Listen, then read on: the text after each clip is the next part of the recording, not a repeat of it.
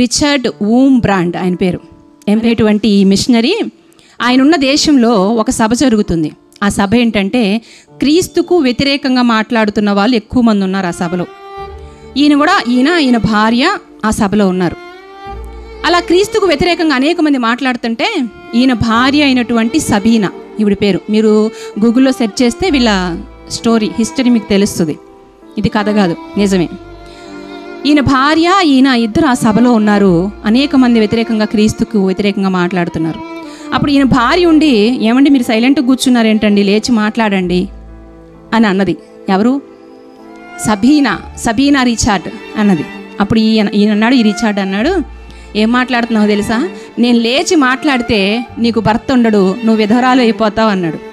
అప్పుడు ఆవిడేమందో తెలుసా, ఒక పిరికివానికి భారీగా బ్రతకటం కంటే విధవరాలిగా బ్రతకడం నాకు మేలు అంది. ఒక చేతగాని వానికి భారీగా బ్రతకడం కంటే భర్త లేకుండా బ్రతకడమే నాకు మంచిది అంది.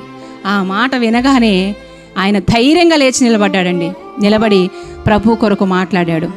మాట్లాడగానే ఏం జరిగిందో తెలుసా, 14 ఎముకలు ఇరిగిపోయినాయి ఆయన ఒంట్లో. ఎలా ఇరిగినాయి? యాక్సిడెంట్ అయిందనుకుంటున్నారా? ఆయన్ని తీసుకొని వెళ్ళి చెరసాల్లో వేసి లాఠీలతో కొడితే 14 ఎముకలు ఇరిగిపోయినాయి అంట.